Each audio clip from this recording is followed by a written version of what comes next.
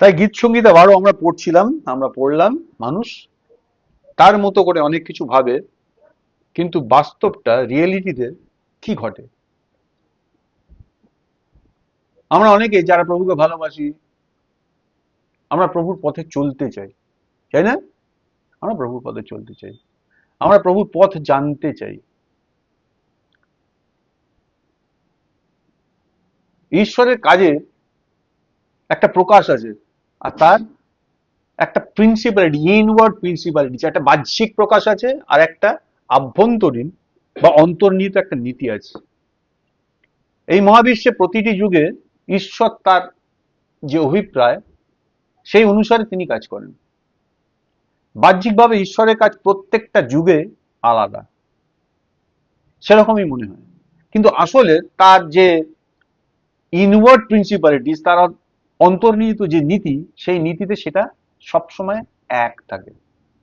বাহ্যিকভাবে বিভিন্ন রকম ভাবে আমরা দেখি ঈশ্বরের কাজ ঘটেছে, কিন্তু তার প্রিন্সিপালিটিসটা একই থাকে। পুরাতন নিয়মের যুগ এবং নতুন নিয়মের যুগ সম্পূর্ণ আলাদা, এবং এই দুই যুগে ঈশ্বরের কাজও আলাদা। কিন্তু ইনওয়ার্ড প্রিন্সিপালিটিস এর দিকে যদি আমরা দেখি, অর্থাৎ অন্তর্নিহিতভাবে ঈশ্বর উভয় যুগে একই ঈশ্বর। এটা সেই সত্যের মতো যে আমি গতকাল যে পোশাকটা পরেছিলাম, আজকে অন্য পোশাক পরেছি, কিন্তু ভেতরের আমিটা সেই আমি তো আছি। পোশাকের ভেতরে যে আমিটা সেই আমিটা আমি আছি। প্রতিটি যুগে ঈশ্বর একই ঈশ্বর, এবং তিনি প্রতিটি যুগে যে কাজ করেছেন সেটা একই লক্ষ্যেই করেছেন, যদিও সেটা বাহ্যিক প্রকাশ আলাদা আলাদা, ভিন্ন ভিন্ন। তাই যারা ঈশ্বরকে অনুসরণ করে, যারা ঈশ্বরকে ফলো করে তার পথে চলে, তাদের উচিতই নয় ঈশ্বরের কাজের বাহ্যিক প্রকাশে অতিরিক্ত ভাবে মনোযোগ দেওয়া, বরং তাদের উচিত ঈশ্বরের পথ এবং ঈশ্বরের অন্তর্নিহিত ভাবে ঈশ্বরকে জানা, ইনওয়ার্ড প্রিন্সিপালিটিতে ঈশ্বরকে জানা।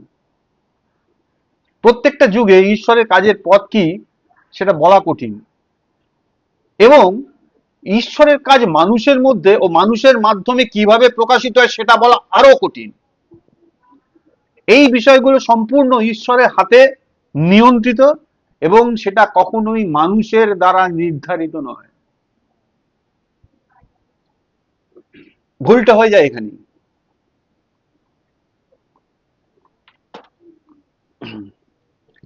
এক্সাম্পল দিতে পারি, মার্টিন লুথারের যে সংস্কার আন্দোলন হয়েছিল, সেই সংস্কার আন্দোলনের পরে 400 বছর ঈশ্বর বহু মানুষের মধ্যে দিয়ে গিয়েছেন। মার্টিন লুথারের সংস্কার আন্দোলনের আগে একরকম ভাবে চলতো, তাই না? সমস্ত কিছু ক্যাথলিসিজমের নিয়ন্ত্রণাধীন ছিল, আমরা জানি। তার পরবর্তীকালে 400 বছর ঈশ্বর বহু মানুষের মধ্যে দিয়ে গেছেন, আর আশ্চর্যের বিষয়, তাদের মধ্যে যাদের মধ্যে দিয়ে ঈশ্বর গেছেন এবং যাদের মধ্যে দিয়ে কাজ করেছেন, তাদের বাহ্যিক প্রকাশগুলো আলাদা আলাদা ভাবে হয়েছে। বিগত 400 বছর ইতিহাসের কথা বলছি, বেশি দিন না। জর্জ মুলারের মধ্যে একরকম প্রকাশ ছিল, ডিএল মুডির মধ্যে আরেক রকম প্রকাশ ছিল। আবার যদি আমরা চার্লস স্পার্জনের বিষয় দেখি, তার মধ্যে এই ম্যানিফেস্টেশন প্রকাশটা অন্যরকম ছিল। শুধু প্রতিটা ব্যক্তির মধ্যে ঈশ্বরের কাজে বাহ্যিক প্রকাশটাই যে আলাদা হয়েছে তা নয়, বরং প্রতিটা যুগেও আমরা দেখি সেটা আলাদা আলাদা হয়েছে। তাই আমাদের জোর দেওয়া উচিত নয় যে ঈশ্বরের ইচ্ছা জানতে গেলে, তাকে টাচ করতে গেলে অবশ্যই একটা নির্দিষ্ট কাজ করতে হবে। আমি যদি ঈশ্বরের পথে অমুক ভাবে চলি বা ঈশ্বরকে এইভাবে ফলো করি, তাহলে ঈশ্বরের কাছে আমি পৌঁছতে পারবো বা ঈশ্বর আমাকে জানাবেন, এই কনসেপ্ট থেকে বেরোতে হবে। আমাদের প্রত্যেকেরই একটা চেহারা আছে, একটা নির্দিষ্ট রূপ আছে তো, কিন্তু আমরা নিশ্চিত করতে পারি না যে আমাদের থেকে যে সন্তানরা উৎপন্ন হবে, আমাদের সন্তানদের চেহারাটা কেমন হবে, কারণ তাদের চেহারা বা তাদের রূপটা আমাদের নিয়ন্ত্রণে নেই। আছে কি? আমি এরকম, আমি আমার ছেলে কি এরকমই হবে বা সেরকম হবে, আমার ইচ্ছা মতো হবে? দেখতে হবে না, সেটা আমাদের নিয়ন্ত্রণে নেই। আমরা যে সন্তানের জন্ম দিই, তারা ব্রোঞ্জের মূর্তি বা পাথরের ভাস্কর্য বা মোমের, মাদাম তুষোর মিউজিয়ামের মোমের প্রতিমার মতো নয়। কেবল মানুষ নির্মিত বস্তু, যেমন ব্রোঞ্জের মূর্তি, পাথরের ভাস্কর্য বা মোমের প্রতিমা, এইগুলো এরকম হতে পারে। আমরা যে সন্তানের জন্ম দিই, তাদের জীবন আছে, আর তারা তারা জীবিত। দেখো, ঈশ্বরের কাজকে যুগে যুগে দেখার দুটো দিক আছে। একটা হচ্ছে বাহ্যিকভাবে আউটওয়ার্ডলি ঈশ্বরের কাজের প্রকাশ, আর সেটা প্রত্যেকটা যুগে আলাদা আলাদা। কিন্তু যদি অন্তর্নিহিত ভাবে যদি ইনওয়ার্ডলি যদি দেখি তার প্রিন্সিপালিটিস, তাহলে ঈশ্বরের কাজের নীতি, পথ, বিষয়বস্তু আর উদ্দেশ্যটা সবসময় এক, অলওয়েজ এক।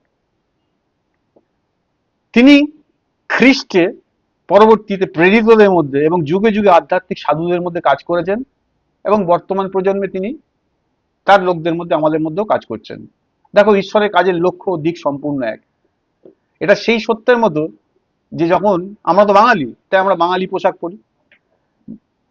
যদি আমরা জাপানে যাই তাহলে কিমোনো পোশাক পরি, যদি ইউরোপে যাই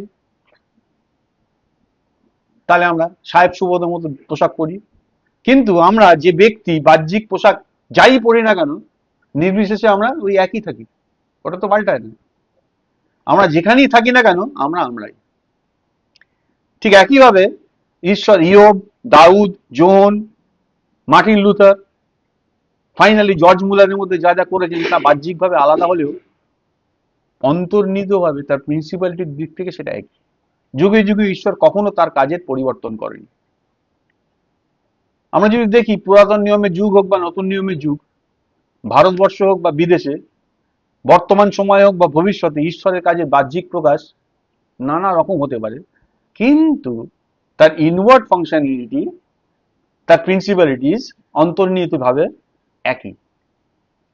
বাইবেল থেকে আমরা এমন প্রকাশ পেয়েছি বলে আমরা অন্যদের বাহ্যিক রূপ অনুকরণ করতে চাই না, ইমিটেট করা। অমুক জায়গায় ওইভাবে কাজ হয়, তমুক জায়গায় তমুক ভাবে কাজ হয়, আমরা এটা করতে চাই না, কারণ বাইবেল থেকে আমরা একটা প্রকাশ পেয়েছি। আমরা এটাও চাই না যে গির্জাগুলো একে অপরকে বাহ্যিক রূপে অনুকরণ করুক। দেখো ভালো করে, পশ্চিমবঙ্গের গির্জায় ঈশ্বরের কাজ একভাবে প্রকাশিত হয়, কেরালার গির্জায় অন্যভাবে প্রকাশিত হয়, নর্থ ইস্টের গির্জায় আরেকভাবে প্রকাশিত হয়। কিন্তু পশ্চিমবঙ্গে ঈশ্বরের কাজ, কেরালায় ঈশ্বরের কাজ, নর্থ ইস্টে ঈশ্বরের কাজ, এমনকি এশিয়ার পূর্ব পশ্চিম প্রান্তে যদি পূর্ব এশিয়া চলে যাও, ফার ইস্টে, সেখানে ঈশ্বরের কাজ আছে। কাজটা কে করেন? ঈশ্বর করেন। তাই প্রত্যেকটা যুগে যুগে আমরা যদি ভালো করে দেখি, ঈশ্বরের কাজ হলো তিনি মানুষের মধ্যে থেকে নিজে কাজ করবেন। প্রিন্সিপালিটিসটা তাহলে কি? ঈশ্বর মানুষের মধ্যে থেকে ঈশ্বর নিজে কাজ করবেন। কলেজের ছাত্ররা যখন ইয়াং অবস্থায় থাকে, সেই অবস্থায় থেকে তারা পরিত্রাণ লাভ করে, সেটা একটা মহান আশীর্বাদ। ইয়াং, অল্প বয়সে প্রভুকে জানাটা একটা বিরাট আশীর্বাদ। তার উপরে আজকের গির্জাগুলোর অবস্থা 50 বছর আগের তুলনায় অনেক বেশি এনরিচড। এখনকার গির্জা 50 বছর আগে যখন প্রভুকে প্রথম প্রথম জানছি, সেই সময় কথা ভাবি, আমরা যদি আমাদের সমস্ত টাকা পয়সা ব্যয় করে সমস্ত স্পিরিচুয়াল পাবলিকেশন গুলোকে কিনতাম, তবু আজকের মতো আলো সেখানে পেতাম না। আজকে যেভাবে এনলাইটেন করছেন সেটা সে সময় ছিল না। এখন আমরা এই সত্যগুলোর আলো তোমাদের কাছে পৌঁছে দিয়েছি, তাই তোমাদের স্পষ্টভাবে এটা দেখতে হবে যে যুগে যুগে ঈশ্বরের একটি মাত্র কাজ আছে, আর সেই কাজটা হলো নিজে মানুষের মধ্যে থেকে কাজ করে দেওয়া। ঈশ্বর নিজে মানুষের মধ্যে থেকে তার কাজ করবেন। ঈশ্বর চান মানুষকে ঈশ্বর মানুষ বানাতে, গড ম্যান। কিভাবে সেটা? এই গড ম্যান বা ঈশ্বর মানুষ এমন একজন যিনি ঈশ্বর আবার যিনি মানুষও। ঈশ্বর মানুষ হচ্ছে সেই ব্যক্তি যার মধ্যে ঈশ্বর আছে, যার মধ্যে ঈশ্বরের উপাদান আছে। আমাদের শুধু মূলত মানুষ ছিলাম, আগে কি ছিলাম? আমরা শুধুমাত্র মানুষ ছিলাম, কিন্তু আজ ঈশ্বর আমাদের মধ্যে যুক্ত হয়েছেন। ঈশ্বর শুধু আমাদের মধ্যে যুক্তই হয়েছেন তাই নয়, তিনি আমাদের সঙ্গে মিশে গিয়েছেন। He is mingled with us. এই মিশ্রণটা এমন একটা পর্যায়ে পৌঁছয় যে আমরা ঈশ্বর মানুষ হয়ে যাই। তবে আমরা কিন্তু এর মধ্যে ঈশ্বরের ঈশ্বরত্বের অংশীদার হইনি। ঈশ্বরের যে ঈশ্বরত্ব আছে তার পার্টেকার আমরা হতে পারি না, কিন্তু তার বৈশিষ্ট্যগুলো আমাদের সঙ্গে মিশে যেতে হবে। যখন আমরা কেউ কেউ মনে করে, যেমন শয়তান মনে করেছিল আমি ঈশ্বর, সেটা হওয়া যায় না কোনোদিন। যুগে যুগে ঈশ্বরের কাজ হলো নিজে মানুষের মধ্যে থেকে কাজ করে দেওয়া, আর এটাই তিনি করেছিলেন। আমরা যদি বাইবেল স্টাডি করি আমরা দেখতে পাবো, ইয়োব বলো, হনক বলো, নোহ বলো, আব্রাহাম বলো, ইসাহাক, যাকব, পুরাতন নিয়মের সমস্ত বাপবাদীরা, তাদের মধ্যে পড়ে। যুগে যুগে ঈশ্বর তাদের মধ্যে অন্য আর কোনো কাজ করেননি। আমরা যদি দানিয়েলের বই পড়ি, পড়েছি তো দানিয়েল, যদি আমরা দানিয়েলের বই পড়ি কিন্তু দানিয়েলের চরিত্রটাকে না দেখি, তবে কিন্তু দানিয়েলের বিষয়বস্তুটা বোঝা কঠিন হয়ে যাবে আমাদের কাছে। ওটা একটা গল্পের বই হয়ে যাবে। আমরা যদি জিসাই ও জিরোমীয় চরিত্র না জানি, তবে তারা যে বই লিখেছেন তার বিষয়বস্তু বোঝাটা সত্যি করে কঠিন হবে। পুরাতন নিয়মের ভাববাদীদের লেখা প্রত্যেকটা বইকে একজন বিখ্যাত ব্যক্তির জীবনী হিসেবে তুলনা করা যায়। আমরা যদি ভাববাদীদের চরিত্রকে না দেখি, তবে ঈশ্বরের কাজের ফলে যে এনরিচ স্বাদ, যে টেস্টটা তৈরি হয়েছে, যে উৎপন্ন হয়েছে, সেটাকে আমরা কখনোই ফিল করতে পারবো না। বা তিনি যে শাস্ত্রাংশটা, ওই ব্যক্তি যার মধ্যে দিয়ে ঈশ্বর কাজ করেছেন, তিনি যে শাস্ত্রের অংশটা লিখেছেন, সেটা আদতেই বুঝতে পারবো না। এটাই, এটা একটা অদ্ভুত মিস্ট্রি। দেখো, যারা পৃথিবীতে অনেক রকম মানুষ বাস করেন, যারা ঈশ্বরের পথে চলে না কিন্তু বাইবেল পড়েছে, প্রচুর মানুষ আছে। তারা রীতিমতো তোমায় বাইবেল থেকে কোট করে বলে দিতে পারবে, কিন্তু তাদের কাছে বাইবেল কি? একটা বই, কিছু ভালো ভালো কথা লেখা আছে। এটা একটা মিস্ট্রি। তাই শুধু নতুন নিয়মই প্রকাশ করে না যে আমরা খ্রিস্টি আছি, পুরাতন নিয়মও এই একই নীতিটাকে প্রকাশ করে। The same functionalities, same principal. যুগে যুগে ঈশ্বরের একটা মাত্র কাজ হলো তিনি নিজে মানুষের মধ্যে থেকে কাজ করবেন। তিনি নিজে কাজ করবেন। কোথা থেকে কাজ করবেন? মানুষের মধ্যে থেকে। এটাই হচ্ছে ঈশ্বরের লক্ষ্য। তাহলে আমাদের উচিত নয় যে স্পিরিচুয়াল বিষয়গুলোকে বাহ্যিকভাবে অনুকরণ করা বা অনুসরণ করা। মূলত আমরা চেষ্টা করি ইমিটেট করতে। কি করি? অমুক জায়গায় অমুক ভাবে ঈশ্বরের কাজ হচ্ছে, তমুক জায়গায় তমুক ভাবে হচ্ছে, তা আমরাও ওইভাবে করি, তাই না? আমাদের একদমই উচিত নয়। যখন ঈশ্বর নিজে আমাদের মধ্যে কাজ করে দেন, তখন আমাদের প্রকাশ, আমাদের বই প্রকাশ ব্যক্তি ভেদে আলাদা আলাদা হয়।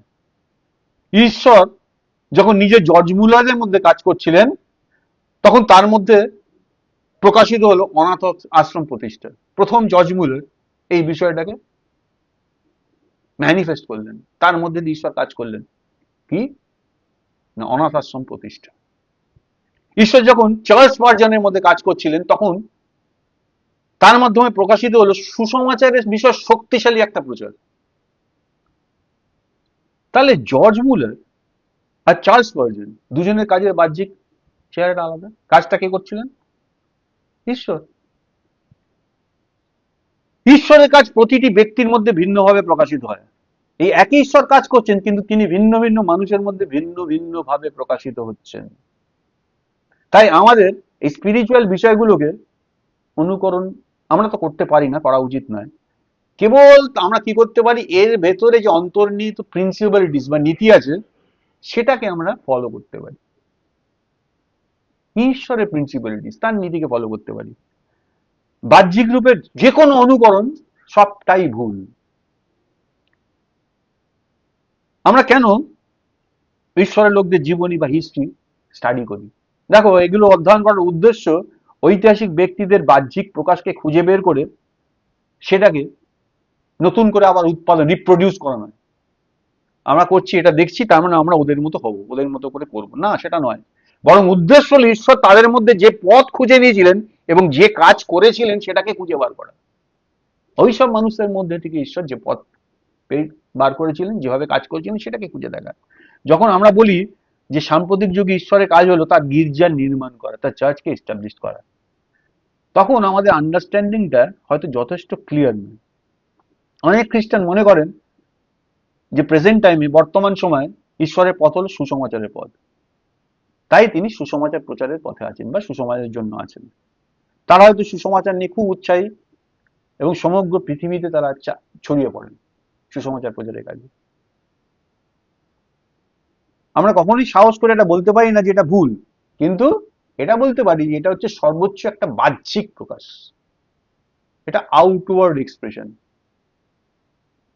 একজন মানুষকে ঈশ্বর কিভাবে ব্যবহার করবেন সেটা কখনোই মানুষের দ্বারা নির্ধারিত হয় না, কখনো মানুষের দ্বারা নির্ধারিত হয় না। আমি তোমাকে শিখিয়ে দিতে পারবো না যে এইটা ঈশ্বরের পথ, তুমি এই পথে চলো, কখনো হয়নি, কোনোদিন হতে পারে না।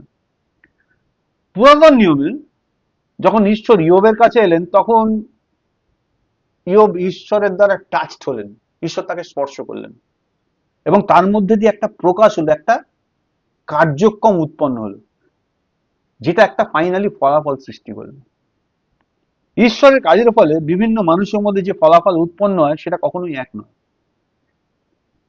আমরা ইয়াং ছেলে ভাই বোনদের বলতে পারি না যে এই যুগে ঈশ্বর কি করতে যাচ্ছেন। যদি আমরা সেটাকে বলি, তবে এটা প্রমাণ করবে যে আমরা ঈশ্বরের কাজের প্রিন্সিপালিটিস জানি না। কেউ জানে না 5 বছর পর ঈশ্বর ইয়াংদের মধ্যে তার কাজ কিভাবে প্রকাশ করবেন। তবে বাইবেল এবং আমাদের আগের সাধুদের অভিজ্ঞতা অনুযায়ী আমরা এটা জানি যে যুগে যুগে ঈশ্বর একটাই মাত্র কাজ করছেন। সেই কাজটা কি? নিজে আমাদের মধ্যে থেকে কাজ করে দেওয়া। ঈশ্বর নিজে কাজ করবেন, আর সেটা কোথায় করবেন? আমাদের মধ্যে থেকে। আমরা যেটা জানি না সেটা হলো ঈশ্বর নিজে আমাদের মধ্যে কাজ করে দেওয়ার পর আমাদের মাধ্যমে তিনি কি প্রকাশ করবেন আমরা জানি না।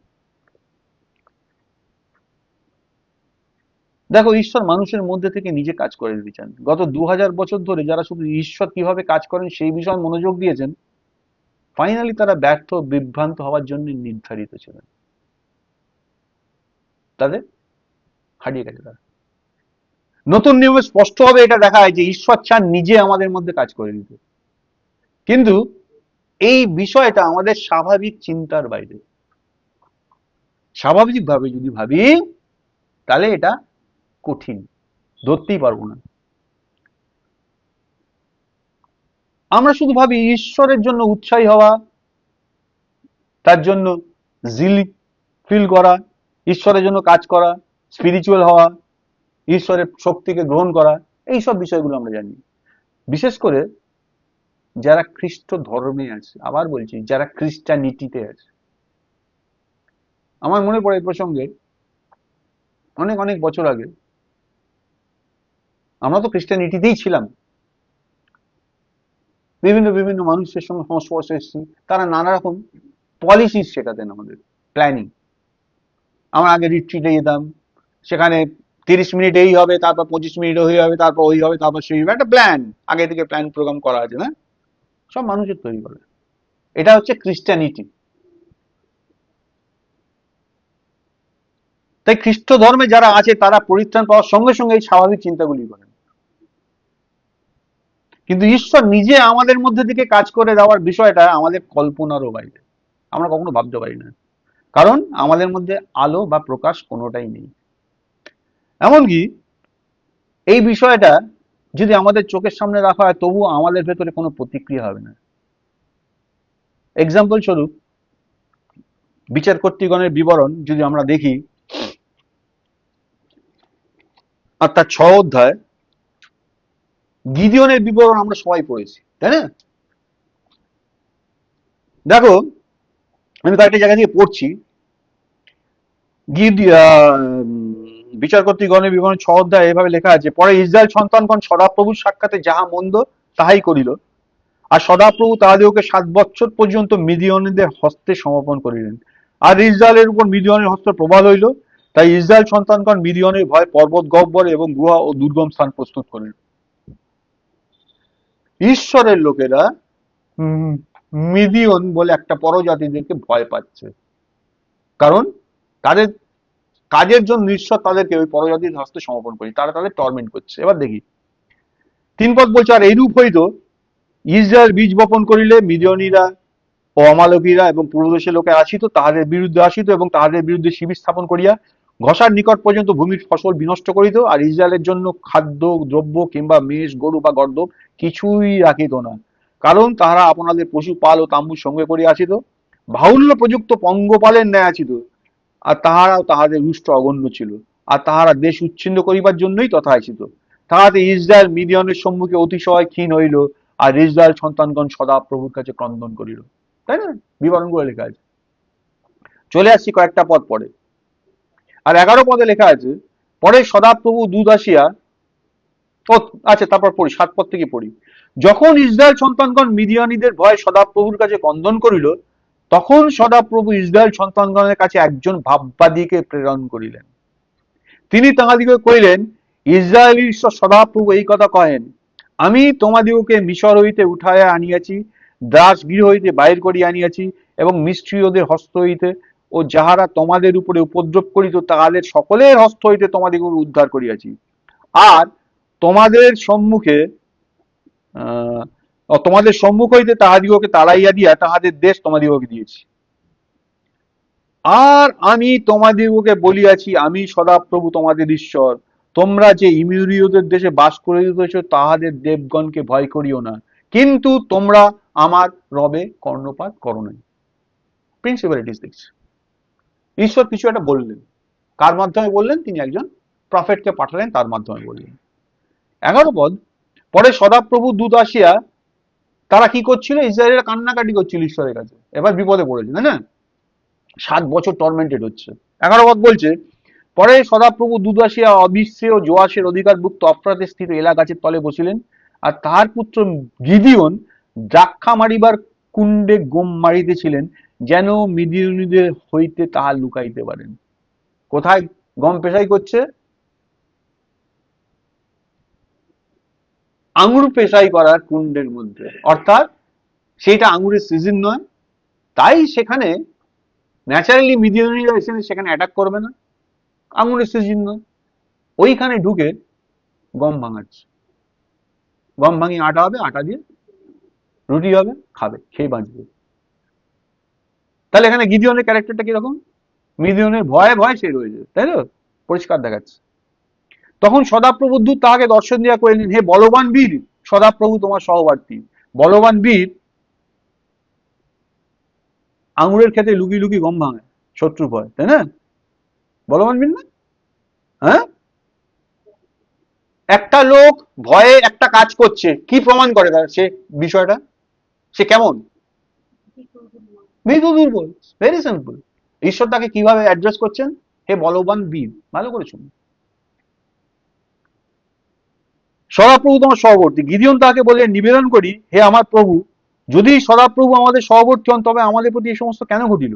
এবং আমাদের পিতৃপুরুষেরা তাহার যে সমস্ত আশ্চর্য কার্যের বৃত্তান্ত আমাদিগকে বলিয়াছিলেন। ভালো করে শুনি, গিদিওন বলছে গিদিওন কোনোদিন চোখে দেখেনি ঈশ্বরের সমস্ত ব্লেসিংস গুলো, ঈশ্বরের ইসরায়েলিদের রক্ষা করার বিষয়গুলো তার জীবদ্দশায় ঘটেনি, পূর্বপুরুষদের সময় ছিল।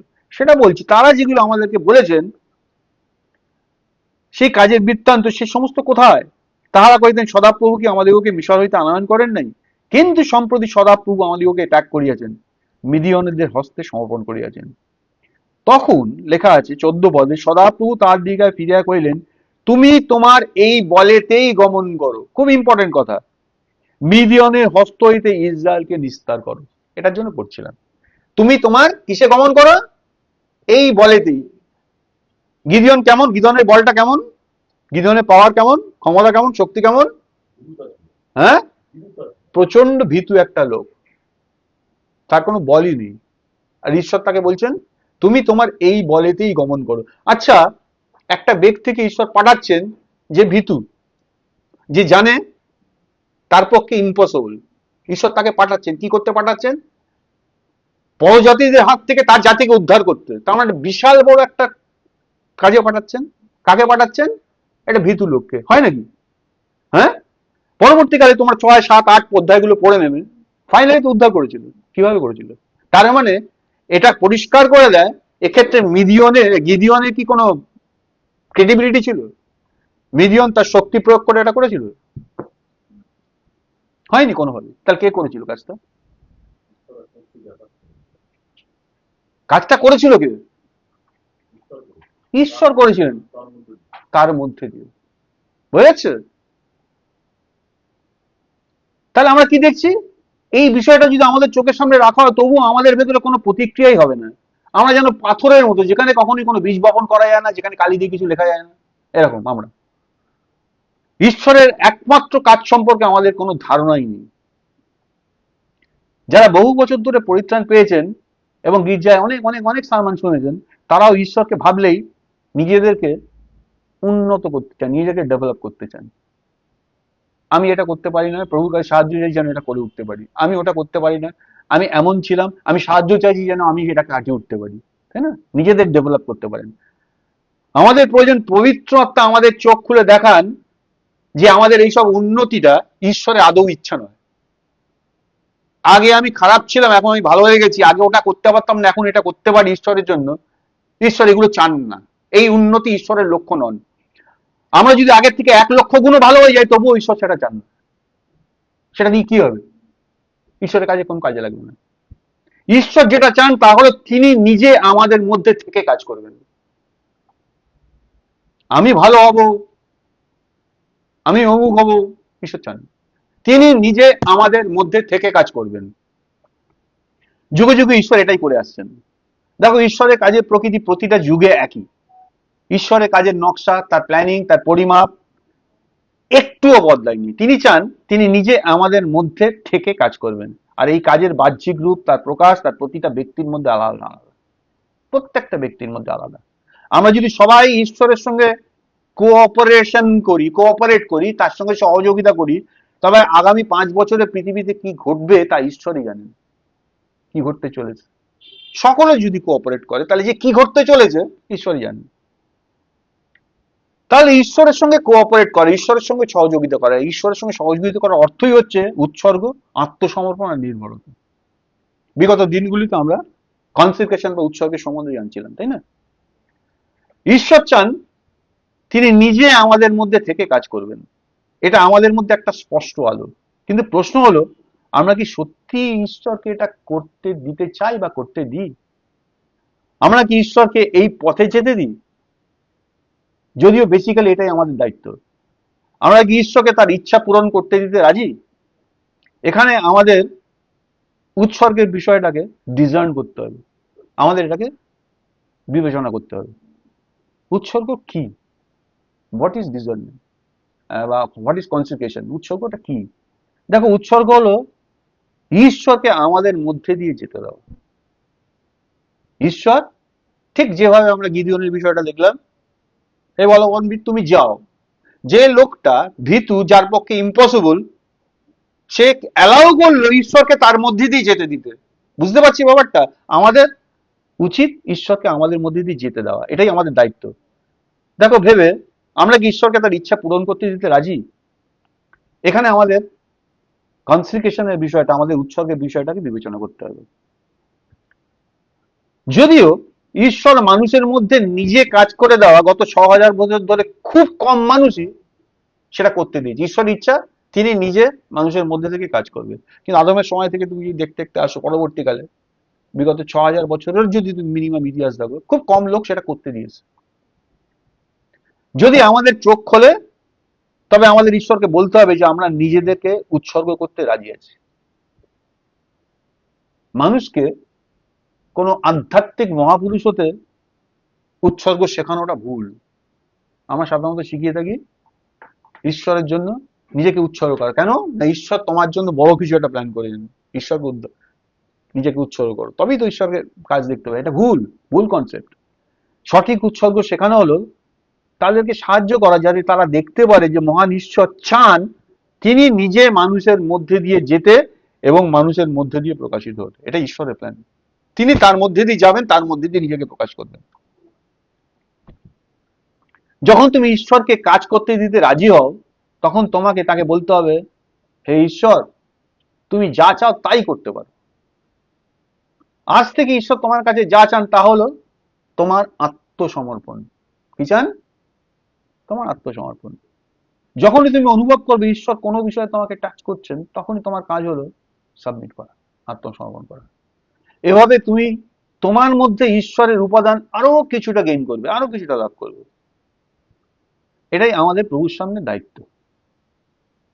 উল্টো দিক থেকে আমরা যদি দেখি, খ্রিস্ট ধর্ম, ক্রিশ্চিয়ানিটি সবসময় মানুষকে শেখায় কিভাবে প্ল্যান করতে হবে, কিভাবে পরিকল্পনা করতে হবে, কিভাবে কাজ করতে হয়, কিভাবে এনকারেজড হতে হয়, কিভাবে উৎসাহী হতে হয়। কিন্তু যারা সত্যি ঈশ্বরের দ্বারা এনলাইটেন হয়েছে, ঈশ্বরের দ্বারা গাইডেড হয়েছে, পরিচালিত হয়েছে, তারা মানুষকে কখনো এভাবে শেখাবেন না। ঈশ্বর এন্টায়ার ইউনিভার্সে কেবল একটা ভাবেই কাজ করছেন, সেটা হলো নিজে মানুষের মধ্যে থেকে কাজ করবেন। আর ঈশ্বর মানুষের মধ্যে যা চান সেটা হলো মানুষের সম্মতি ও মানুষের স্পন্টেনিয়াস সহযোগিতা। সম্মতি, সহযোগিতা। গিদিয়ন যদি রাজি না হতো, ঈশ্বর তো সর্বশক্তিমান ঈশ্বর, তাই না? গিদিয়ন যদি রাজি না হতো, হতো ঘটনাটা? হ্যাঁ, ইসরায়েলিরা মুক্তি পেত মিদিয়ানের হাত থেকে? পেত না তো। তাহলে মানুষের কাজ কি? মানুষ, মানুষের কাছ থেকে ঈশ্বর এইটাই চান যে মানুষ সম্মতি দেবে ঈশ্বরের এই বিষয়ে, আর ক্রমাগত মানুষ তাকে সহযোগিতা করবে। আর এই সম্মতি আর সহযোগিতা দুটো বিষয় ইনক্লুড করে, দুটো বিষয়কে অন্তর্ভুক্ত করে। প্রথম হচ্ছে উৎসর্গ ও আত্মসমর্পণ। দেখো, উৎসর্গ হলো দরজা দিয়ে প্রবেশ করা, একটা দরজা ঈশ্বর বলছেন, আর সেটা দিয়ে ঢোকা হচ্ছে উৎসর্গ করা। এরপরেই আছে আত্মসমর্পণ এবং তারপরে নির্ভরতা। তুমি যদি ঈশ্বরকে কাজ করতে দিতে রাজি হও, তবে অবশ্যই একদিন আসবে যখন ঈশ্বর তোমার মাধ্যমে প্রকাশিত হবেন। অবশ্যই অবশ্যই এটা করবে।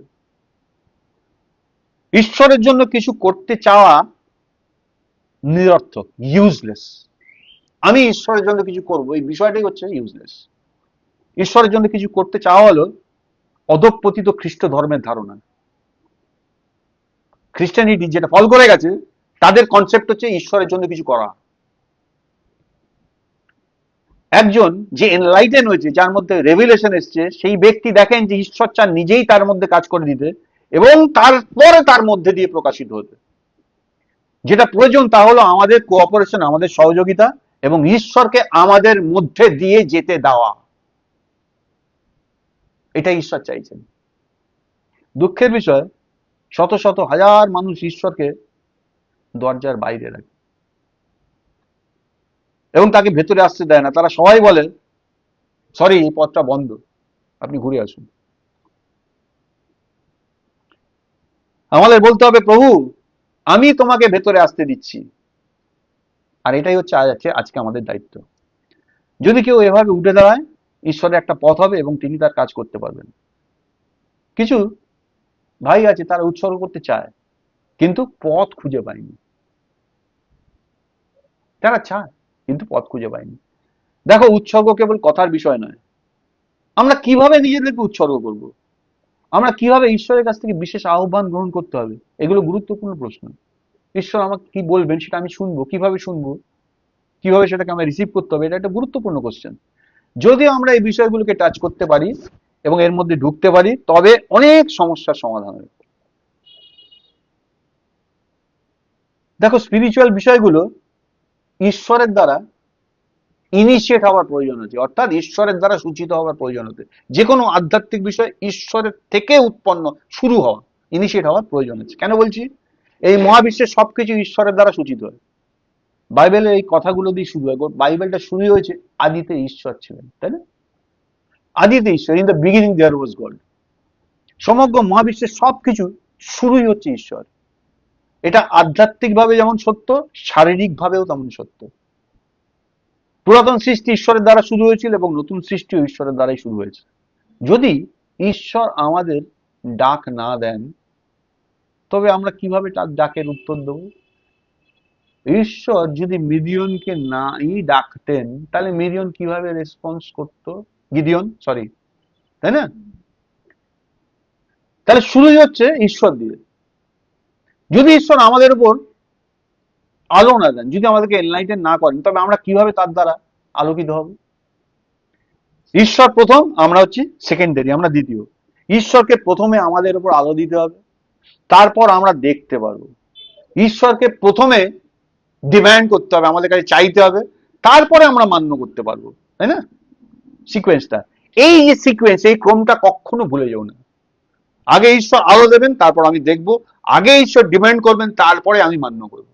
That is the sequence. তাহলে সূচনাটা কোত্থেকে হচ্ছে? ইনিশিয়েট কে করছেন? ঈশ্বর থেকে হচ্ছেন। বারবার মনে রাখতে হবে। ঈশ্বর প্রথমে তার পুত্র প্রভু যিশুকে পাঠালেন মানুষের কাছে সুসমাচার প্রচার করতে। তারপর মানুষ বিশ্বাস করতে পারল। প্রথমে কি হলো? যিশুর মধ্যে দিয়ে তিনি সুসমাচার পাঠালেন, তারপর তো মানুষ বিশ্বাস করতে পারলো। এরপর যারা বিশ্বাস করলো তাদের মধ্যে থেকে ঈশ্বর 12 জনকে প্রেরণ করলেন, প্রেরিত করে পাঠালেন। কি কাজ ছিল তাদের? এই সুসমাচার প্রচার করা। তারপর অন্যরা তাদের কথা শুনে বিশ্বাস করলো এবং তাদের মধ্যে থেকে কাউকে কাউকে আবার পাঠানো হলো। আর তারপরেও আরো কিছু মানুষ মান্য করলো, আর এইভাবে সুসমাচার ছড়ালো বা সুসমাচারকে গ্রহণ করলো। মহাবিশ্বে গোটা ইউনিভার্সিটি ঈশ্বর সর্বদা একটা স্পিরিচুয়াল কার্যক্রম, একটা আধ্যাত্মিক কাজ করছেন, যেটা তার দ্বারা ইনিশিয়েট হয়, তার দ্বারা সূচিত হয়, এবং তারপর মানুষ সেটাকে রেসপন্ড করে, সাড়া দেয়, এবং মানুষ সেটাকে রিসিভ করে। শুরু হয় ঈশ্বরের দ্বারা, তারপরে মানুষ সেটাকে সাড়া দেয়, মানুষ সেটাকে গ্রহণ করে। হাজার হাজার ক্ষেত্রে মানুষ ঈশ্বরের সঙ্গে সাক্ষাৎ করেছে, এবং সর্বদা এটাই হয়েছে যে ঈশ্বর প্রথমে এসে তাদের খুঁজেছেন, তারপরে তাদের আলোকিত করেছেন, তারপরে তারা তাকে উত্তর দিয়েছে। প্রথমে কে এসছে?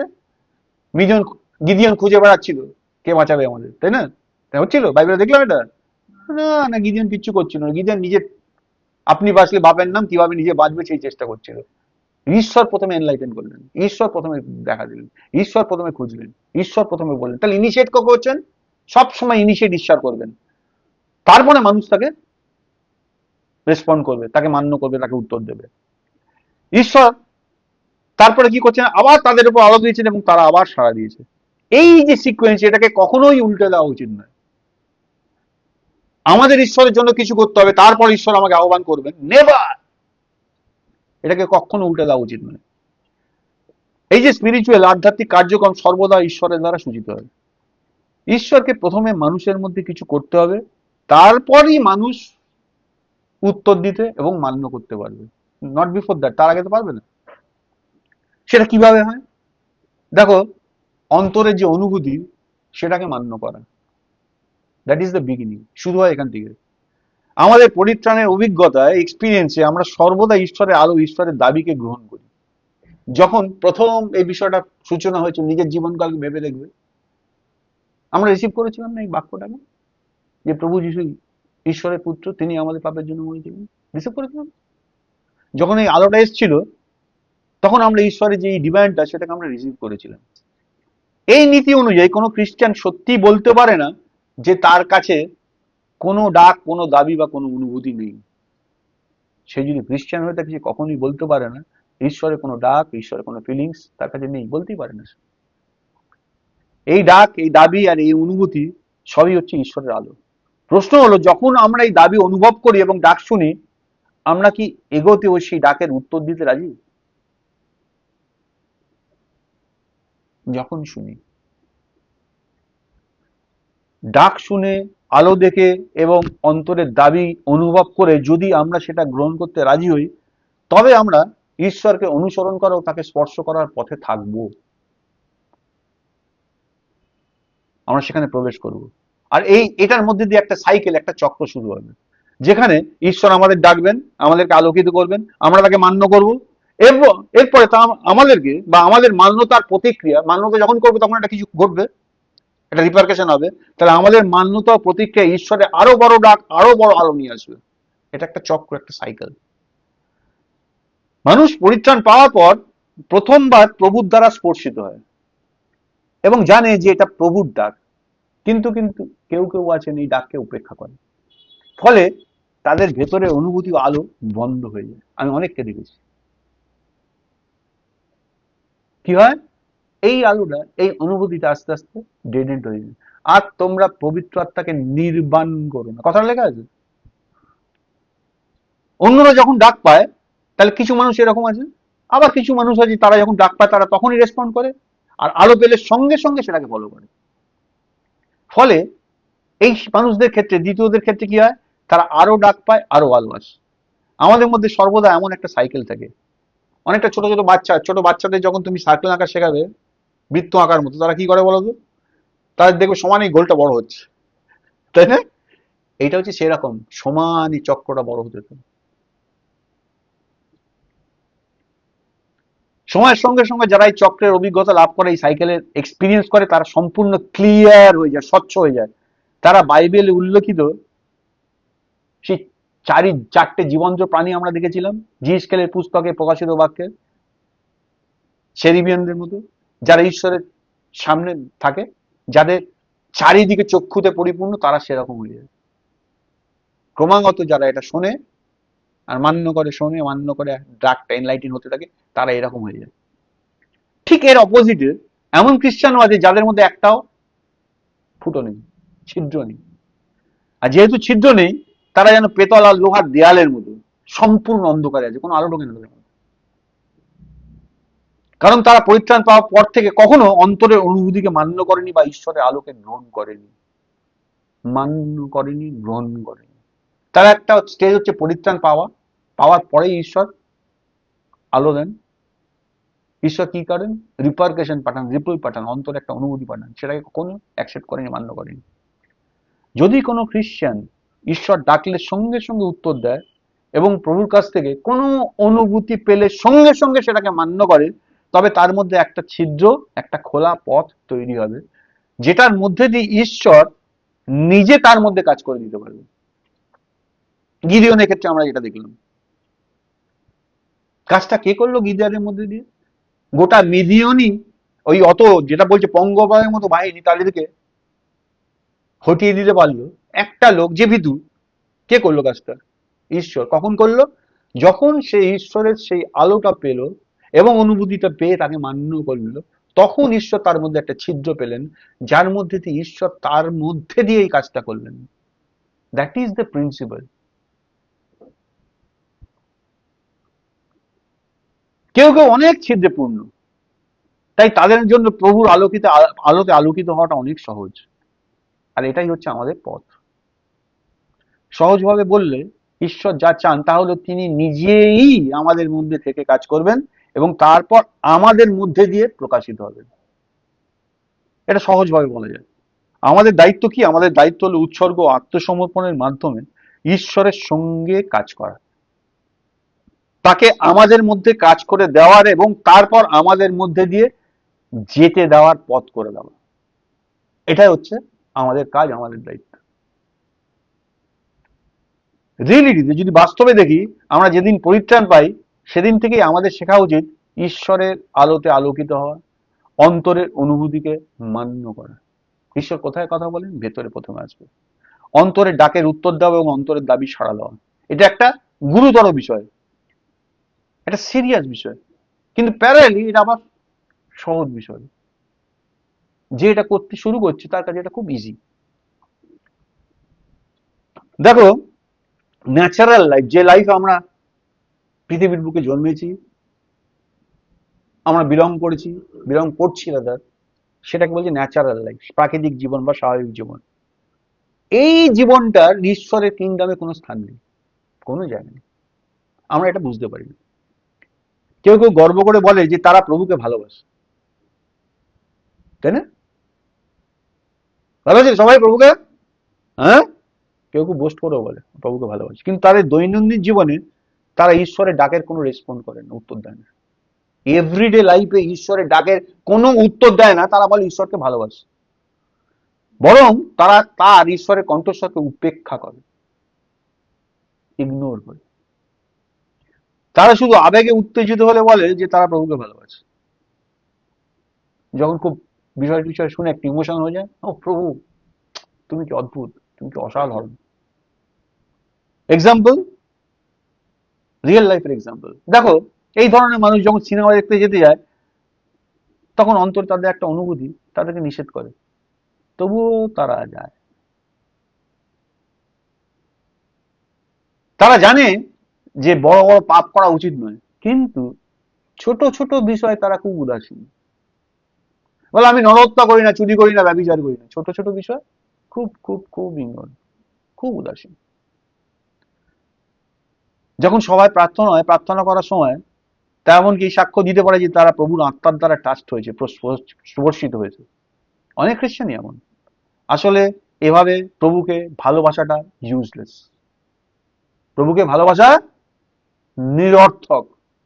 আমি বলছি না, বাইবেল বলছি, দেখিয়ে দেবো এক্ষুনি।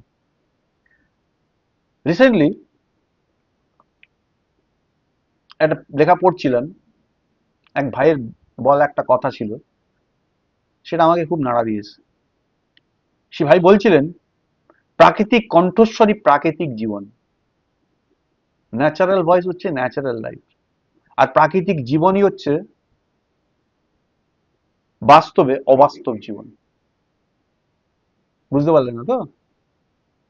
দেখো, ন্যাচারাল ভয়েস স্বাভাবিকভাবে যে কথাটা আসে, প্রাকৃতিক কণ্ঠস্বর, স্বাভাবিক মানুষদের থেকে স্বাভাবিকভাবে, স্বাভাবিক ভালো ভালো কথা তো অনেক আছে, সেইগুলো হচ্ছে প্রাকৃতিক জীবন। আর প্রাকৃতিক জীবনটা হচ্ছে আনরিয়েল লাইফ, অবাস্তব জীবন। এরা কোনো অস্তিত্বই কোনোদিন থাকবে না।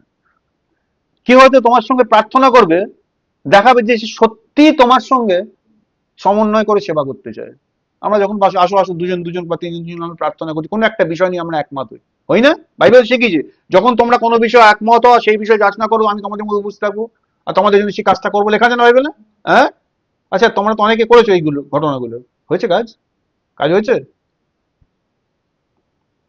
তাহলে বাইবেল মিথ্যা কথা বলেছে ঈশ্বর? হ্যাঁ, ঈশ্বর কি মিথ্যা জিনিস শিখিয়েছে? তাহলে হয়নি কেন? কোনোদিন প্রশ্ন করনি নিজেকে, কেন হয়নি?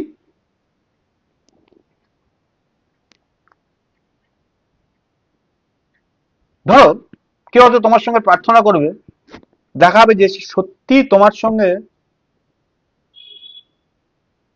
কোঅপারেশন করে, সমন্বয় করে, কোঅর্ডিনেট করে কোনো একটা বিশেষ কাজ করতে চায়, মিনিস্ট্রি বা সেবা কাজ করতে চায়, অথচ প্রার্থনার পরপরই সে টেম্পার লুজ করবে তোমার প্রতি, এমন একটা ঘটনা ঘটবে, তোমার উপর ক্ষিপ্ত হয়ে যাবে। একটু আগে প্রার্থনা করেছে, একটু পরে ঘটনা ঘটবে। বুঝতে পারছি? তার মানে সেই যে প্রার্থনাটা করছিল, তোমরা যদি কোনো বিষয়ে প্রার্থনা করে একচিত্ত হয়, সে যে প্রার্থনা করছিল, সে যে একচিত্ত হচ্ছিল, সেটা তার ন্যাচারাল লাইফে ঈশ্বরের চোখে মূল্যহীন। তার প্রমাণ কি? তার কিছুক্ষণ বাদেই দেখা যাচ্ছে সে টেম্পার লুজ করছে। বোঝা যাচ্ছে আমি কি বলতে চাইছি? বুঝতে পারছো? কোন এক বোন হয়তো প্রভুর জন্য এতটাই উৎসাহী যে 10 জন ভাই মিলেও তার সমান হতে পারে না, হয় না? আমি আমার মান্ডলিক জীবনে অতীতে আমি দেখেছি এমন মহিলাদের দেখেছি, পাওয়ারফুল, নানা রকম ঈশ্বরের বিষয়ে তাদের উদ্যোগ থেকে শুরু করে সবকিছু দেখেছি আমি। তিনি যখন প্রভুকে ভালোবাসার কথা বলেন, তখন যারা শুনে চোখে জল এসে যায়, এত মানে গ্রেটেস্ট টেস্টিমনি আমি নিজে দেখেছি, আমি এক্সপিরিয়েন্স আছে। কিন্তু আশ্চর্যের বিষয়, যখন এমন বোন, এই যে বোনের কথা বলছি, এই ধরনের বোন যখন টেম্পার লুজ করে, তখন কেউ তাকে থামাতে পারে না।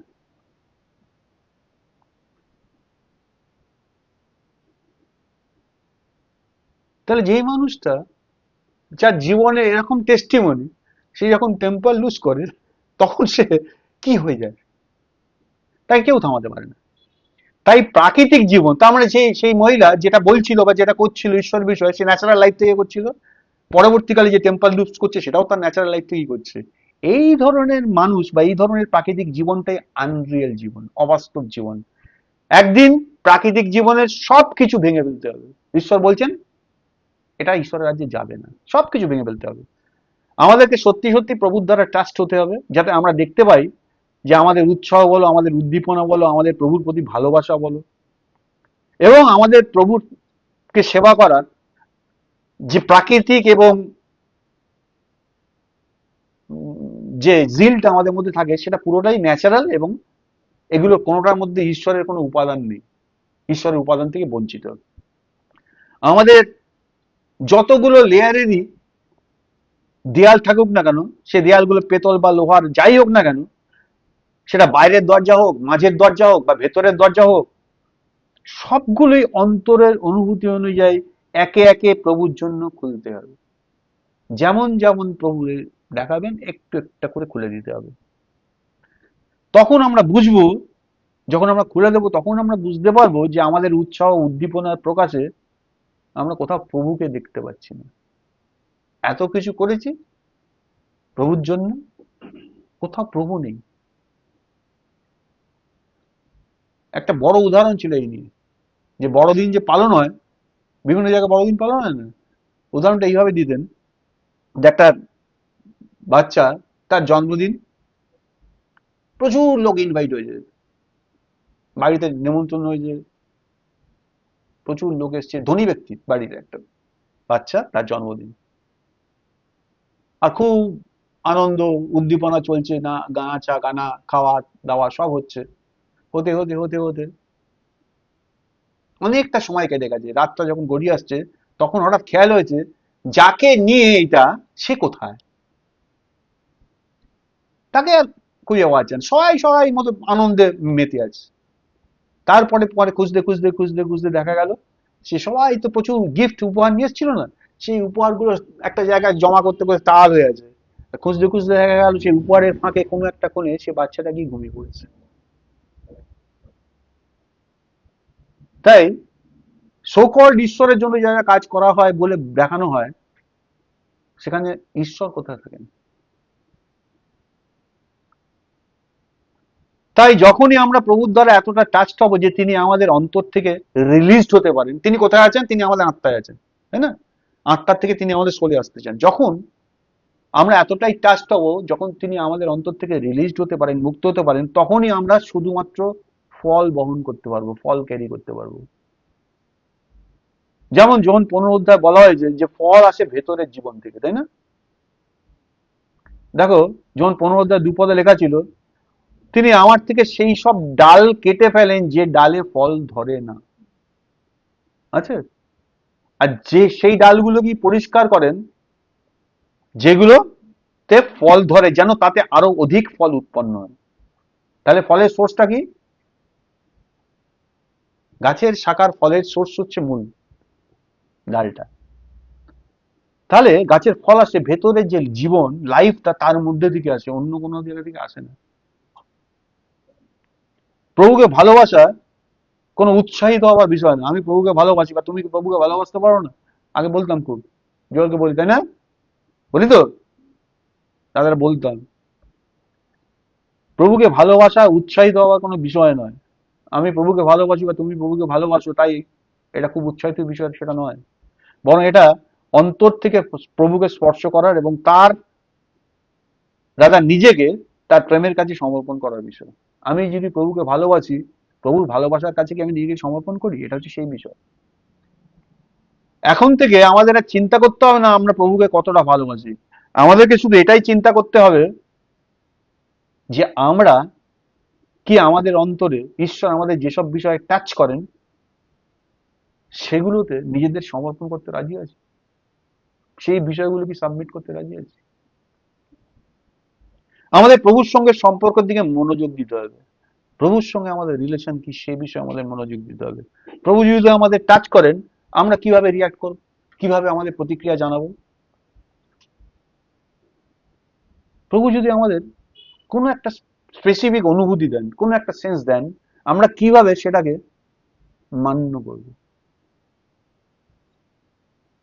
আমরা সকালে প্রার্থনা করতে পারি, প্রভু আমি তোমাকে যথেষ্ট ভালোবাসি না, আমি আশা করি আজ আমি তোমাকে আরো ভালোবাসতে পারবো। আমি বুঝতে পেরেছি প্রভু আমি তোমাকে যথেষ্ট ভালোবাসি না, আমি আশা করছি আজকে তোমাকে আরো আরো ভালোবাসতে পারবো এবং আরো উৎসাহিত হতে পারবো। করতে পারি তেমন প্রার্থনা। কিন্তু আমি আশঙ্কা করি এই ধরনের প্রার্থনা রিলিজিয়াস, এটা কোনো রেগুলেশন থেকে আসে না। কারণ কে ভালোবাসতে চাইছে? সেই আমি ভালোবাসতে চাইছি।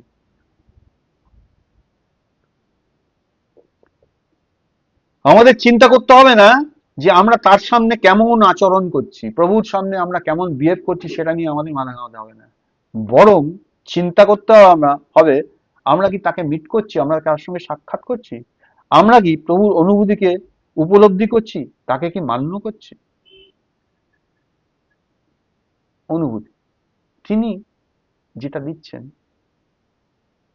আমরা জানি আমরা যখন কোনো ভুল করি ইমিডিয়েটলি আমাদের মধ্যে একটা কিছু ঘটে, ঘটে না? যখন ঘটে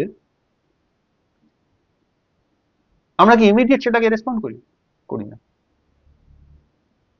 দুজনের মধ্যে যখন ঝগড়া হচ্ছে, ক্রিশ্চিয়ান দুজন যখন ঝগড়া করছে, ইমিডিয়েটলি ভেতরে ভেতরে প্রভু বলছেন করো না, কিন্তু তখন আমি এতটাই অ্যাগ্রেসিভ, ওটাকে ধামা চাপা দিয়ে দিই, আমি ঝাঁপিয়ে পড়ি।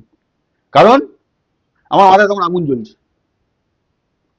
যতক্ষণ না ব্যাপারটা মীমাংসা হবে আমি থামতে পারবো না। অনুভূতিটাকে মান্য করি না। তিনি হয়তো আমাদের টাচ করবেন, আমাদের জিজ্ঞাসা করবেন আমরা কিভাবে আমাদের স্ত্রী বা আমাদের স্বামীর সঙ্গে ডিল করি। আমরা কি আমাদের স্ত্রী বা স্বামীর সঙ্গে এই ধরনের আচরণ করতে পারি, এইভাবে তাদের সঙ্গে কথা বলতে পারি, এইভাবে তাদের সঙ্গে ব্যবহার করতে পারি, বা আমরা কি এই ধরনের পোশাক পরতে পারি? আমরা এটা কোনো একটা দেখে পোশাক দেখে পোশাক কিনে ফেললাম, সেটা পরে যাচ্ছি, প্রভু ভেতরে একটা ডিপার্কেশন, এই ধরনের পোশাক কি পরা যায় উচিত? দেওয়ার পরে ইমিডিয়েটলি আমরা কি করি? তখন আমাদের তাকে মান্য করতে হবে, আমাদের অন্তরে যে অনুভূতি হলো তাকে কেয়ার করতে হবে, তার যত্ন নিতে হবে। আমাদের চিন্তা করতে হবে না আমরা প্রভুর জন্য কি করব, আদৌই চিন্তা করতে হবে না। আমাদের শুধু চিন্তা করতে হবে প্রভুর দাবি এবং তিনি আমাদের মধ্যে কি করতে চান সেটা সম্বন্ধে, আর তারপর তাকে সহযোগিতা করা, তার কাছে আত্মসমর্পণ করা। যে মুহূর্তে জিনিসটা হলো, যে মুহূর্তে মনে হলো এই আচরণ ঠিক নেই, ইমিডিয়েট কি আমি স্টপ করে ওখান থেকে বেরিয়ে আসি, ক্ষমা চেয়ে নিজেকে উইথড্র করি? করি না। তার মানে প্রভু ভেতরে অনুভূতি দিচ্ছেন আমি তাকে মান্য করলাম। পরে ঈশ্বরের বাক্যটাকে শুনে মনে হলো হ্যাঁ প্রভু আমি ভুল করেছি, বললাম, তাকে বললাম সরি ভুল হয়ে গেছে, কিন্তু তখনই তো, যখন করছিলাম তখনই অনুভূতি দিয়েছিল, মান্য করিনি।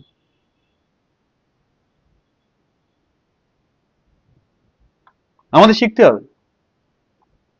দেখো,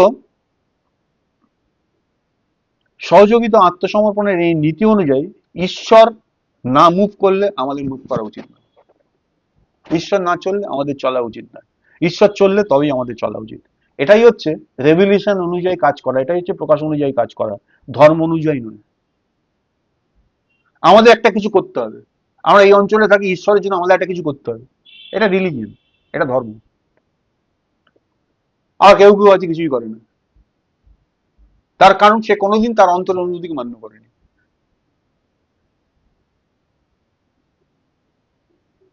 এই প্রকাশ অনুযায়ী কাজ করা ধর্ম অনুযায়ী হয় না, যখনই প্রকাশ অনুযায়ী কাজ হয় তখন সেটা রিলিজিয়াস হয় না। ঈশ্বরের জন্য কি করতে হবে সেটা নিয়ে চিন্তা করা হলো মানুষের শক্তি আর মানুষের প্রচেষ্টা থেকে উৎপন্ন, এটাই হচ্ছে মানব নির্মিত ধর্ম। এই ধর্ম মানুষ তৈরি করেছে, ঈশ্বরের জন্য কিছু করতে হবে। কেউ হয়তো বলবে প্রভু যিশু তো পিতরকে জিজ্ঞাসা করেছিলেন তুমি কি আমাকে ভালোবাসো, জনার পুত্র সিমন, জিজ্ঞেস করেছিলেন না? কিন্তু এখানে দেখা যায় পিতরের উত্তরটা ছিল প্রভুর ভালোবাসার দাবির প্রতি, প্রভু ডিমান্ড করছিল জনার পুত্র সিমন তুমি কি আমাকে ভালোবাসো, একটা ডিমান্ড ছিল প্রভুর কাছে। পিতর কি উত্তর দিচ্ছিল? হ্যাঁ প্রভু আমি ভালোবাসি। তাহলে এই দাবিটার প্রতি একটা উত্তর ছিল, কিন্তু পিতর প্রথমে প্রভুকে ভালোবাসেননি। আচ্ছা পিতর কি প্রথমে প্রভুকে ভালোবাসতো? বলো তো কেউ উত্তরটা। পিতর প্রভুকে ভালোবাসতেন কি বাসতেন না? আমি বলছি যখন প্রভু যিশুর মৃত্যু হয়ে গেছে, তার সমাধি হয়ে গেছে, তার পুনরুত্থান হয়ে গেছে, দুই দুই শিষ্যা তাকে দেখেছে, শিশুদের কাছে খবর দিয়েছে, তারপরে যিশু যখন এসে দেখা দিচ্ছেন সমুদ্রের ধারে পিতরের সঙ্গে, তখন পিতর কি যিশুকে ভালোবাসতো না বাসতো না? বাসতো। শিওর তো? আমরা এরকমই ভালোবাসি। আচ্ছা যিশু কলিংটা ভালো করে চিন্তা করি, যিশু যখন পিতরকে ডেকেছিলেন কিভাবে ডেকেছিলেন? যিশু কি, পিতর তখন কি করছিলেন? পিতর জেলে ছিল, মাছ ধরার কাজ, জাল সাদার কাজ করছিল। আর যিশু পিতরের কলিংটা, যিশুর কলিং পিতরের প্রতি কি ছিল? আজ থেকে তুমি আর মাছ ধরবে না, তুমি মনুষ্যদারী হবে। আর লেখা আছে সেই কথা শুনে পিতর সমস্ত কিছু পরিত্যাগ করে যিশুর অনুসারী হয়েছিল। হ্যাঁ, তার মানে যে অনুরণনটা তার মধ্যে এসেছিল সেটাকে সে মান্য করে তাকে ফলো করেছিল, তাই তো? যিশুর মৃত্যু হয়ে গেল, পরবর্তীকালে আমরা কি দেখলাম?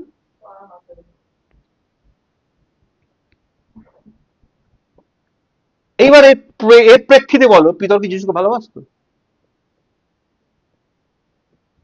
সহজ উত্তর। কিন্তু এতদিন কি বলছিল, এতদিন এতক্ষণ অব্দি কি বলছিল? হ্যাঁ ভালোবাসতো, বলছিল না? আমাদের ভালোবাসাটা এরকম, খুব সহজভাবে বুঝতে হবে। তার মানে যখন যিশু জিজ্ঞাসা করছিলেন পিতরকে জোনার পুত্র সিমোন তুমি কি আমাকে ভালোবাসো, ও উত্তর দিচ্ছিল হ্যাঁ প্রভু ভালোবাসি, ওটা হচ্ছে যিশুর জিজ্ঞাসা, যিশুর যে ডিমান্ডের উত্তর। ও নিজেও জানতো ও ভালোবাসে না। তাহলে প্রথমে পিতর প্রভুকে ভালোবাসেনি, পিতর যথেষ্টভাবে প্রভুকে ভালোবাসতেন না, তার বদলে তিনি মাছ ধরা ভালোবাসতেন। এটা ক্লিয়ার করে দিচ্ছে ছবিটা। কিন্তু যখন তিনি মাছ ধরছিলেন এবং প্রভুকে উপেক্ষা করছিলেন, আজ থেকে তুমি আর মাছ ধরবে না, তুমি মনুষ্যধারী হবে, প্রভুর এই কলিংটাকে যখন উপেক্ষা করে মাছ ধরছিল, ভালো করে শুনি, তখন প্রভু এসে তার কাছে প্রকাশিত হলেন। That was the second time. পুনরুত্থিত খ্রিস্ট এসছেন। এই প্রকাশটাই ছিল পিতরের জন্য প্রকাশ। That was the revelation for পিতর। তারপরে পিতর পিতর হয়েছে। জোনার পুত্র সিমন, রক্ত মাংস তোমার কাছে এটা প্রকাশ করেন, ঈশ্বর প্রকাশ করেন, এগুলো সব তাৎক্ষণিক ছিল। কিন্তু আজ থেকে তুমি আর সিমন নও, তুমি পিতর বা পাথর নামে পরিচিত হবে। এই যে প্রভু কথাটা বলছিলেন সেটা কবে এক্সিকিউটেড হয়েছিল জানো? ওই যিশু পুনরুত্থানের পর যখন সমুদ্রের ধারে দেখা দিয়ে জনের পুত্র সিমন তুমি একবার, আপনি জানেন প্রভু, আপনি জানেন প্রভু মানে আমি আমার লুপোলস গুলো বুঝতে পেরে গেছি, আমি আমার চেষ্টা দিয়ে আপনাকে ভালোবাসতে পারবো না। এই কথাটার অর্থ হচ্ছে আপনার দাবির প্রতি আমি বলছি হ্যাঁ ভালোবাসি, কিন্তু আমি বুঝতে পেরেছি আমার প্রচেষ্টা, আমার ইচ্ছা, আমার এফর্ট কোনোটা দিয়ে আপনাকে ভালোবাসতে পারবো না, ভাষা যায় না। তাহলে প্রভুকে ভালোবাসতে হলে প্রভু নিজেই আমার মধ্যে থেকে সেই কাজটা উৎপন্ন করবেন। পিতর যেদিন এটা রিয়েলাইজ করলো, সেদিন প্রভু যিশুর বলা ওই কথাটা, আজ থেকে তুমি সিমন নও, আজ থেকে তুমি পিতর, সেটা সেদিন থেকে কার্যকরী হলো। সেদিন থেকে পিতর পাল্টালেন। তাহলে প্রভুর প্রকাশী পিতরকে প্রভুর উত্তর দিতে বা উত্তরের প্রভুর যে দাবি ছিল তার প্রতি, তার উত্তর দিতে বাধ্য করলো। আমরা যোহানের এটা দেখেছিলাম 21 অধ্যায়। এটাই সেই জীবন্ত ঈশ্বর যিনি এনলাইটেন করেন, যিনি আলো দেন। যখন পিতর কথাগুলো বলছিল, ইমিডিয়েটলি প্রভু পিতরের মনে পড়ে যাচ্ছিল সে কি কি ঘটনা ঘটিয়েছে প্রভুর প্রতি, ভালোবাসার ব্যক্তির প্রতি সে কি কি ঘটনা ঘটিয়েছে। প্রভু সবাই যদি ছেড়ে যায় আমি আপনাকে কোনোদিন ছেড়ে যাবো না, প্রভু আমি আপনার সঙ্গে মরতেই প্রস্তুত আছি, চাক চাক চাক চাক করে আলো দেখতে পাচ্ছে। বুঝতে পারছো কথাগুলো? এটাই হচ্ছে সেই প্রকৃত আলো। মানুষের ধারণা হলো ঈশ্বর যদি আমাদের মধ্যে প্রকাশ দিতে চান, কোন রেভিলেশন দিতে চান, তবে তিনি বাহ্যিকভাবে অথবা কোন বস্তুনিষ্ঠভাবে আমাদের সঙ্গে কথা বলবেন, কারোর মাধ্যমে কোনো কিছুর মধ্যে দিয়ে আমরা শুনতে পাবো সেটা ভাইস। কিন্তু বাস্তবটা হলো একদম উল্টো, সত্যিটা এর অপোজিট। ঈশ্বর যখন প্রকাশ দিতে চান তখন তিনি আমাদের মধ্যে আসেন। কোথায় আসেন? আমাদের মধ্যে আসেন, আমাদের সঙ্গে নিজেকে মিশিয়ে নেন, আমাদের সঙ্গে চলেন এবং তারপর আমাদেরকে একটা অনুভূতি দেন। ডেফিনেটলি এটা ঘটে, যাতে আমরা বুঝি যে প্রকাশ আমাদের ভেতর থেকে এসেছে, যে প্রকাশটা ভেতর থেকে এসেছে সেটা আমাদের না, সেটা ঈশ্বরের, আমরা বুঝতে পারি। বলা যায় ঈশ্বর যখন প্রকাশ দেন তখন তিনি আসলে নিজেকে আমাদের সঙ্গে মিশিয়ে দেন। আর ঈশ্বর আমাদের সঙ্গে এতটাই মিশে যান যে আমাদের ইচ্ছা প্রভুর বিরুদ্ধে বিদ্রোহ করতে চাইলেও সেটা করতে পারে না।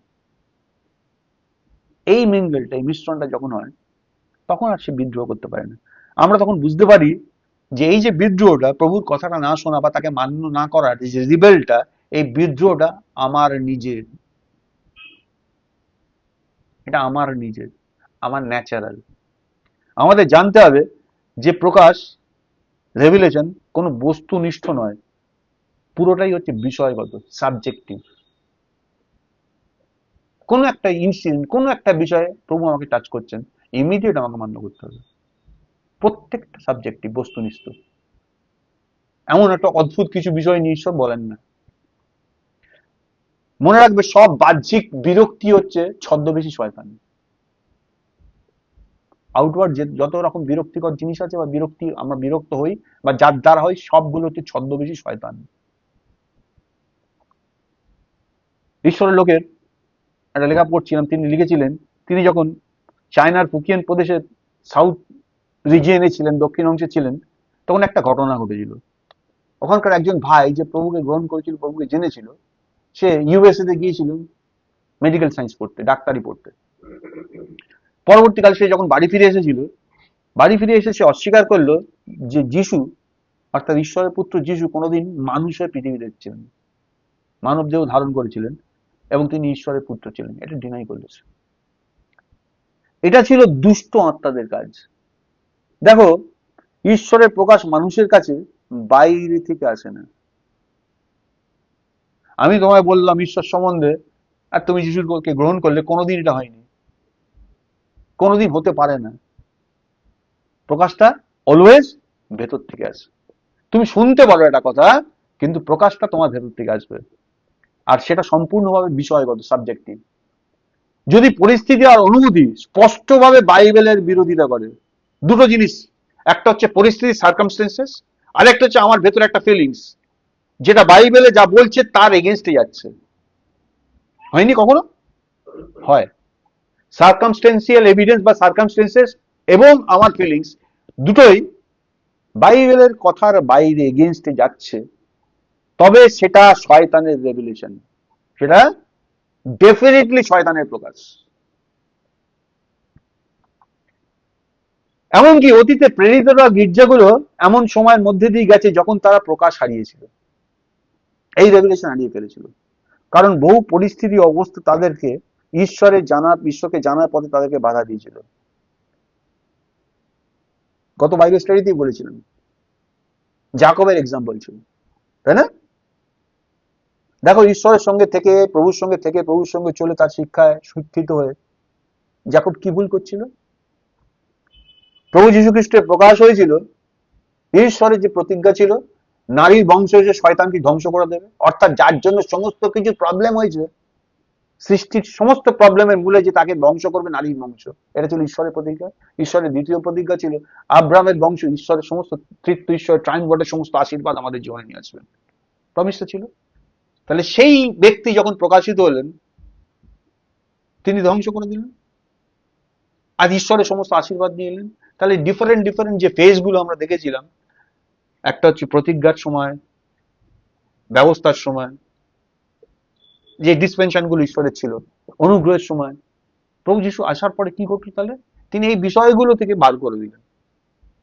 তাহলে যীশু আসার পর প্রতিজ্ঞা, ভাববাদী, ব্যবস্থা, এগুলো নিষ্ফল হয়ে গেল, তো অর্থহীন হয়ে গেল। যার জন্য এগুলো করা তিনি এসে গেছেন। যতদিন না তিনি আসছেন ততদিন এগুলো এফেক্টিভ। যখন তিনি আসছেন ওগুলোর কোনো এফেক্ট নেই। এইবার জাকব কি করেছিলেন? জাকব পুরনো ব্যবস্থার মধ্যে টেনে নিয়ে এসেছিল। ইহুদিদের মধ্যে থেকে ইহুদিরা যাতে না রেগে যায়, ইহুদি বিশ্বাসীরা যাতে না ভুল বোঝে, তার জন্য পৌলকে বলছে যে পৌল এই সমস্ত সিস্টেম থেকে বেরিয়ে গেছে, সে ঈশ্বরের বিষয়টা নতুন ভাবে সেই আলোকে আলোকিত করেছে, একটা বিশাল রেভিলেশন এসছে। সেই পৌলকে সে বলছে, তোমার বিষয়ে ইহুদিরা শুনতে পেয়েছে যে তুমি নাকি পরজাতিদের সঙ্গে কথাবার্তা করো, অমুক করো, এটাতে ওরা হার্ট হতে পারে। তাহলে আমি বলি কি, তোমার একটা সাজেশন দিই, ওরা যাতে তোমায় ভুল না বোঝে, তাই তুমি, আমার এখানে কিছু লোক আছে তারা মানত করেছিল, তুমি সে মানতের পয়সাটা দিয়ে দিও। তাহলে ওরা বুঝতে হবে না তুমি এখনো ইহুদি ধর্মেই আছো। বোঝো কথাটা, ঈশ্বর যেটাকে বিলুপ্ত করে দিয়েছেন, জাকব সেটাকে টেনে নিয়ে আসছে।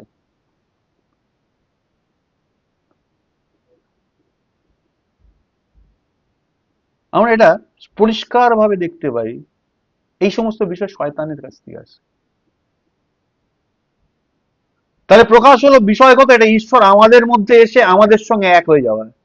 তিনি আমাদের সঙ্গে নিজেকে মিশিয়ে নেন, আমাদের সঙ্গে নিজেকে পরিধান করেন এবং অন্তর থেকে আমাদেরকে আঁকড়ে ধরেন। শেষ পর্যন্ত আমরা যেটা করি সেটা বাহ্যিকভাবে আমাদের মনে হলেও সেটা আসলে ঈশ্বরের। গিদিয়ন যখন লড়াই করে করে হারাচ্ছিল, বাহ্যিকভাবে কি মনে হচ্ছিল? গিদিয়ন হারাচ্ছে, আসলে সেটা ঈশ্বরেরই। ঈশ্বর লড়াই করছেন, ঈশ্বর হারাচ্ছেন। যদি আমরা এই ধরনের আন্ডারস্ট্যান্ডিং পাই, তবে আমরা আর কেবল বস্তুনিষ্ঠভাবে ঈশ্বরকে জানার চেষ্টা করব না, আমাদের কোনো আকাঙ্ক্ষাই থাকবে না। আমরা সব সময় আমাদের মধ্যে থেকে আমরা ঈশ্বরকে কাজ করার জায়গা করে দেবো। কি হবে? আমাদের উৎসর্গের মধ্যে দিয়ে, আমাদের সমর্পণের মধ্যে দিয়ে এবং তার উপর আমাদের নির্ভরতার মধ্যে দিয়ে। হালেলুয়া। প্রার্থনা করি আমরা। তার আগে যিশাইও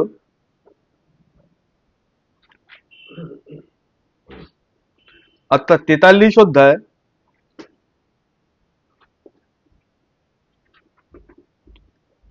15 পদ থেকে পড়ছি। আমি সদাপ্রভু তোমাদের পবিত্রতম, ইসরায়েলের সৃষ্টিকর্তা, তোমাদের রাজা, যিনি সমুদ্রে পথ ও প্রচন্ড জলরাশিতে মার্গ করিয়া দেন, যিনি রথ, অস্ত্র, সৈন্য, বীরগণকে বাহিরে আনয়ন করেন। তারা এককালে নিদ্রাগত আর উঠিতে পারিবে না, তারা পাটের ন্যায় মিটমিট করিতে করিতে নিবিয়া যায়। সেই সদাপ্রভু এই কথা কয়েন, তোমরা পূর্বকার কার্য সকল মনে করিও না, পুরাতন ক্রিয়া সকল আলোচনা করিও না, দেখো আমি এক নতুন কার্য করিব, তাহা এখনই অঙ্কুরিত হইবে, তোমরা কি তাহা জানিবে না? এমনকি আমি প্রান্তর মধ্যে পথ ও মরুভূমিতে নদ নদী করিয়া দেব, বন্য জন্তুগণ, শৃগাল ও উষ্ট্র পক্ষী সকল আমার গৌরব করিবে, কেননা আমি প্রান্তরের মধ্যে জল ও মরুভূমিতে নদ নদী যোগাই, আমার প্রজাবৃন্দকে আমার মনোনীত লোকদিগকে পান করাইবার নিমিত্তই যোগাই, সেই যে প্রজাবৃন্দকে আমি আপনার নিমিত্ত নির্মাণ করিয়াছি, তাহারা আমার প্রশংসা করিবে, প্রচার করিবে। মঙ্গলময় প্রভু, তোমায় ধন্যবাদ দিই, তোমারই গৌরব করি, তোমারই প্রশংসা করি প্রভু। তুমি আমাদের প্রত্যেকের মধ্যে আছো। তুমি আমাদের যেদিনকে আহ্বান করেছিলে সেদিন থেকে তুমি আমাদের সঙ্গে আমাদের মধ্যে আছো। তোমায় ধন্যবাদ দিই প্রভু। আমাদেরকে আরো একবার তুমি আলোকিত করো প্রভু, যেন আমার তোমার এই অবস্থান বুঝতে পারি। আর আসলে আমাদের, তুমি আমাদের কাছে কি চাও প্রভু? আমাদের কাছে একটু সহযোগিতা চাও, একটু কোঅপারেশন চাও, যাতে তুমি আমাদের মধ্যে থেকে কাজ করতে পারো। আমরা যেন তোমাকে এইটুকু পথ করে দিই প্রভু। তাই এটা বোঝার জন্য যখনই তুমি আমাদেরকে আলোকিত করবে, যখনই তুমি আমাদেরকে স্পর্শ করবে, যখনই আমাদের কোনো অনুভূতি দেবে, আমরা যেন সেটা বুঝে মান্য করতে পারি।